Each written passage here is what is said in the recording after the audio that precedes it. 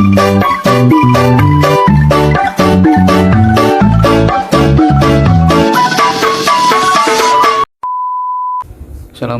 warahmatullahi wabarakatuh. Alhamdulillahirrabbilalamin. Wabihi nasta'inu ala umurid dunia waddin. Wassalatu wassalamu ala ashrafil anbiya'i wa imamil mursalin Sayyidina wa maulana Muhammadin wa ala alihi wa ashabihi ajma'in. Pada pertemuan kali ini kita membahas pada SKI kelas 11 Madrasah Aliyah bab ke-8 pada sub pembahasan masa kehancuran Bani Abbasiyah. Faktor penyebab munculnya pemberontakan yang mengakibatkan kehancuran dalam dinasti Abbasiyah. Sudah diketahui bahwa pada bab sebelumnya, pada pembahasan Bani Umayyah, umat Islam memiliki banyak wilayah. Bahkan dikatakan dalam dinasti Umayyah itu sampai ke Spanyol, sampai ke Granada dan Andalusia. Maka sebab itu faktor pertama yang menyebabkan adanya kehancuran di Bani Abbasiyah yaitu adanya pemberontakan. Dikarenakan adanya kekuasaan yang luas, sangat luas, yang mengakibatkan tidak hanya di kawasan tersebut, tetapi di kawasan-kawasan lainnya itu terjadi perpecahan yang mengakibatkan pemberontakan. Yang pertama yaitu perebutan kekuasaan, yaitu di negara-negara bagian kecil itu terjadi pemberontakan yang diakibatkan karena inginnya memisahkan diri dari dinasti Abbasiyah dan ingin membuat atau menciptakan dinasti baru. Yang kedua yaitu adanya balas dendam antara kelompok-kelompok yang tidak sependapat dengan kelompok Bani Abbasiyah. Yang ketiga itu adanya praktek perilaku amoral dari khalifah dan pembesar istana, yaitu perilaku amoral yang disebabkan karena golongan ini atau pada masa dinasti Abbasiyah pada waktu pemberontakan ini rata-rata para khalifahnya, para pemimpinnya itu tidak berkompeten dalam bidangnya, sehingga dikatakan pada bab sebelumnya itu bahwa pemilihan khalifah itu tidak cermat karena memang khalifahnya dipilih pada usia masih kecil sehingga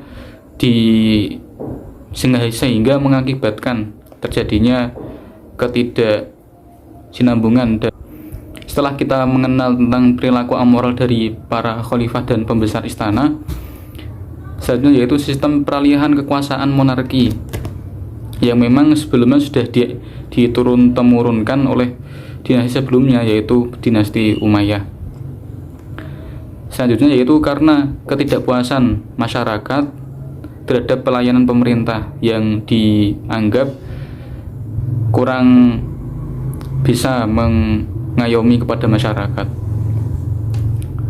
Faktor yang kedua dalam penyebab runtuhnya Bani Abbasiyah yaitu terdapat faktor internal dan faktor eksternal.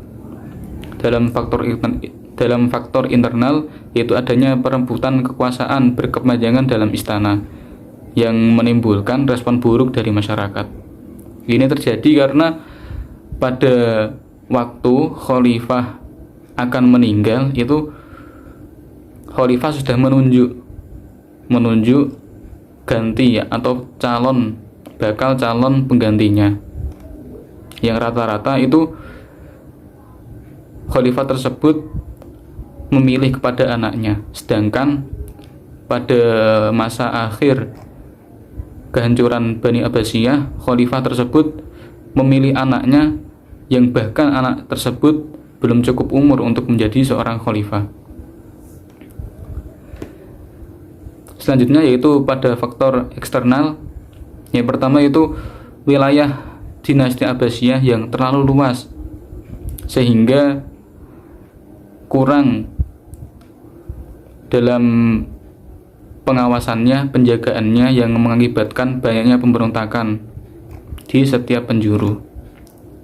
Yang kedua adalah adanya perang salib yang berkepanjangan tentunya, karena perang salib sendiri terjadi sangat lama hingga beratus-ratus tahun. Yang selanjutnya yaitu serangan tentara Mongol. Ini juga menyebabkan runtuhnya Bani Abbasiyah, karena selain Bani Abbasiyah memerangi dari pihak internalnya yaitu golongannya sendiri, dinasti Abbasiyah juga memerangi terhadap serangan dari luar, yaitu dari perang salib tadi dan tentara Mongol ini. Selanjutnya yaitu berdirinya kerajaan Turki Utsmani. Di sini dijelaskan bahwa berdirinya kerajaan Turki Utsmani sangat berpengaruh terhadap eksistensi dari dinasti Bani Abbasiyah ini, karena di dalam sini dijelaskan bahwa dinasti-dinasti kecil yang berada di naungan Bani Abbasiyah itu sudah tidak lagi percaya dengan Bani Abbasiyah dikarenakan munculnya kerajaan Turki Utsmani. Ya, dari materi yang Bapak jelaskan di atas, apakah ada pertanyaan? Mungkin tidak ya, karena memang bab ini merupakan bab terakhir pada pertemuan kita di kelas 11 aliyah ini, dan semoga nanti di kelas 12 nggak ketemu saya lagi ya. Ya, cukup dari saya. Assalamualaikum warahmatullahi wabarakatuh.